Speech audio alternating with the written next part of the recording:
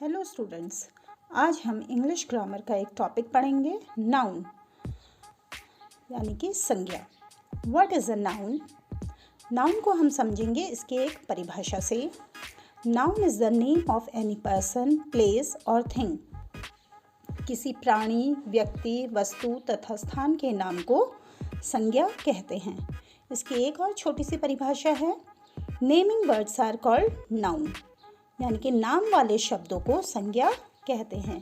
उदाहरण के लिए राम, शीतल, अल्मोड़ा, टेबल, डॉग एट्सेट्रा, ये सभी नाउन वाले शब्द हैं, इन्हें संज्ञा कहेंगे।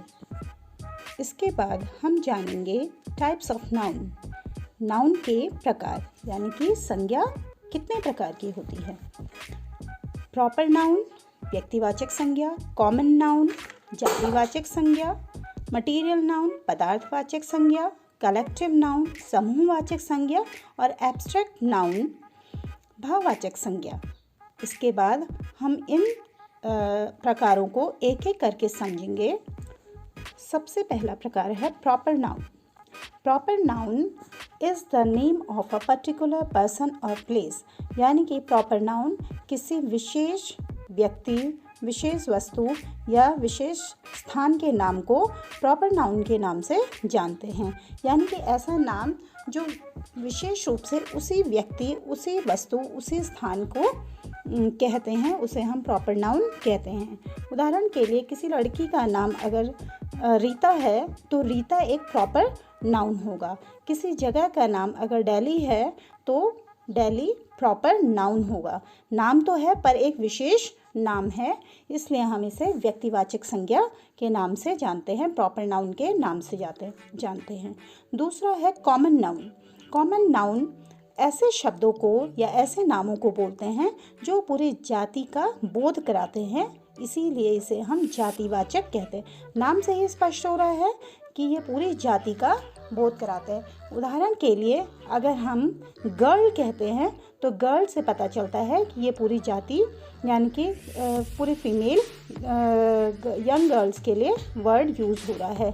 इसी तरीके से हम इसको कहेंगे, जैसे इसके डेफिनेशन से पहचानेंगे, a common noun is a name which is common to any and every person और thing of the same kind. Examples ले लेते हैं हम इसमें, boy, girl, book, pen, mobile, stick etcetera.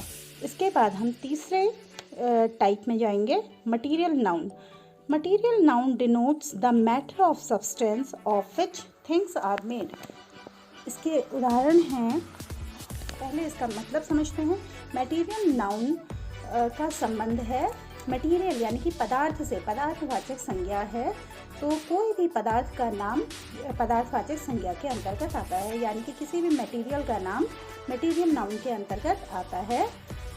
और मटीरियल नाउन में जैसे गोल्ड, सिल्वर, वुड, स्टोन, ये सब हमारे मटीरियल नाउन के अंतर्गत आते हैं। सीमेंट, इसको ये मटीरियल नाउन, क्योंकि ये किसी पदार्थ का नाम का बोध करा रहे हैं। इसी के साथ हम तीसरे प्रकार के नाउन में आते हैं, ये है कलेक्टिव नाउन। कलेक्टिव नाउन की परिभाषा से हम समझते हैं, collective noun denote a number of person और things grouped together as one complete whole, यानी कि बहुत से, जैसे नाम से पता चल रहा है, समूहवाचक या कलेक्शन को दिखा रहा है ये।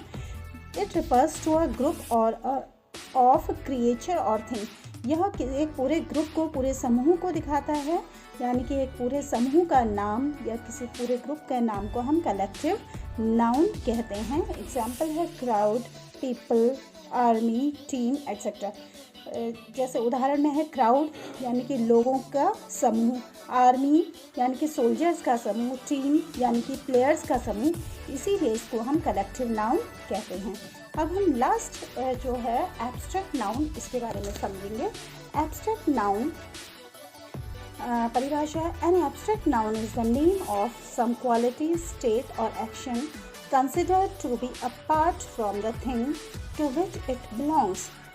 इसको हम सरल शब्दों में समझेंगे कि हिंदी में इसे भाववाचक संज्ञा कहते हैं।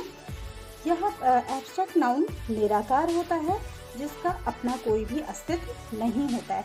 एब्स्ट्रैक्ट नाउन में वो नाम आते हैं जिनको हमारे सेंसेस, हमारी इंद्रियां एक्सपीरियंस नहीं कर पाती हैं, हमारी इंद्रियां अनुभव नहीं कर पाती हैं, जिसको हम उदाहरण के लिए जैसे जिसको हम देख नहीं सकते हैं, छू नहीं सकते हैं, स्मेल नहीं कर सकते हैं, सुन नहीं सकते हैं, टेस्ट नहीं कर सकते हैं, पर इसके भी अपने नाम होते हैं, यानी कि जैसे honesty, love, hate, theft, etcetera.